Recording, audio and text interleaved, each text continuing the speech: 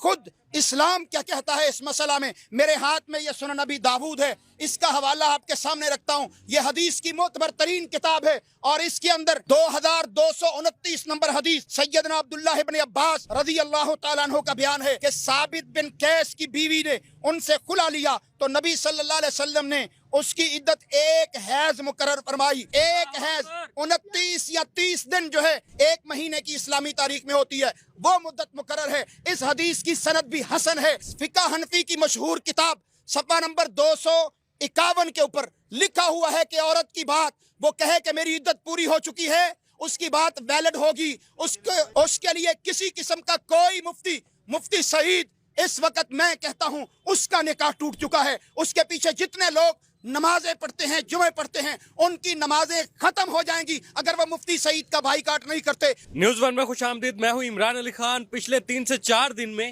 3 cases میں خان کو سزا ہو چکی ہے. 2 میں بشرا بی بی کے ساتھ, اب غیر شرعی عدت کیس میں جو کہ ایک کیس تھا جس میں ان کو 7 سال سزا ہوئی ہے. یہ عدت کیس تھا کیا, عدت کتنے دن کی ہوتی ہے؟ علامہ عبدالقیوم ظاہر صاحب ہمارے ساتھ موجود ہیں, ان سے جانتے ہیں. السلام علیکم علامہ صاحب. وعلیکم السلام جی. علامہ صاحب 7 سال قید کی سزا ہوئی ہے عدت کیس میں.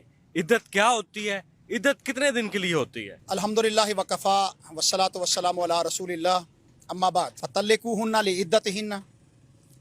قرآن مجید میں اللہ تعالیٰ نے نظام زندگی کا ہر مسئلہ بیان کیا ہے اور دین اسلام کو اللہ تعالیٰ نے اپنا آخری اور فائنل دین جو ہے وہ منتخب کیا ہے. نبی کریم صلی اللہ علیہ وسلم پر جو نظام کائنات کی سب سے بڑی سچائی ہے محمد رسول اللہ صلی اللہ علیہ وسلم, ان پر جو دین نازل ہوا اس میں طلاق, نکاح, باقی تمام زندگی کے مسائل موجود ہیں. بدقسمتی سے ہمارے نام نہاد مسلمان جو ہیں ان چیزوں کو سمجھتے نہیں ہیں, پڑھتے نہیں ہیں, اور ہم مسلمانوں کے عام بندوں کو کیا روئیں, ہمارے جج جو ہیں ان کو بھی دین اسلام سے بالکل واقفیت نہیں ہے. عمران خان اس کے جو مقابل ہیں وہ سارے بونے بھی ہیں, اوچھے بھی ہیں, گرے ہوئے بھی ہیں اور پست قسم کے غیر اخلاقی لوگ ہیں. عمران خان کو جب ان کا مقابلہ کسی طرح سے نہیں ہو سکا تو انہوں نے عمران خان پر پہلے جھوٹا کیس سائفر کا بنایا, اور اس پر میں آپ کے چینل کی وساطت سے پوچھنا چاہتا ہوں کہ وہ قومی غداری تھی, وہ جرم چھوٹا تھا, اس پر آپ نے 10 سال کی سزا دی. توشہ خانہ جو ایک گھڑی چوری کا آپ الزام لگاتے ہیں عمران خان پر, جبکہ اس کے مد مقابل لوگوں نے مرسڈیز جو ہیں وہ یہاں سے توشہ خانہ سے لی ہیں غیر قانونی طور پر, جو نہیں لے سکتے تھے, ان پر کوئی کیس نہیں. چلیں کوئی بات نہیں, انشاءاللہ حق اور سچ ہوگا, یہ دن بھی گزر جائیں گے. عمران خان پر توشہ خانہ کی قید میں, توشہ خانہ کی سزا میں 14 سال کی قید ہوئی ہے. اور کس ملک میں رہتے ہو یہاں کے ججز, تم نے قانون کا, پاکستان کا آئین کا حلیہ بگاڑ دیا ہے.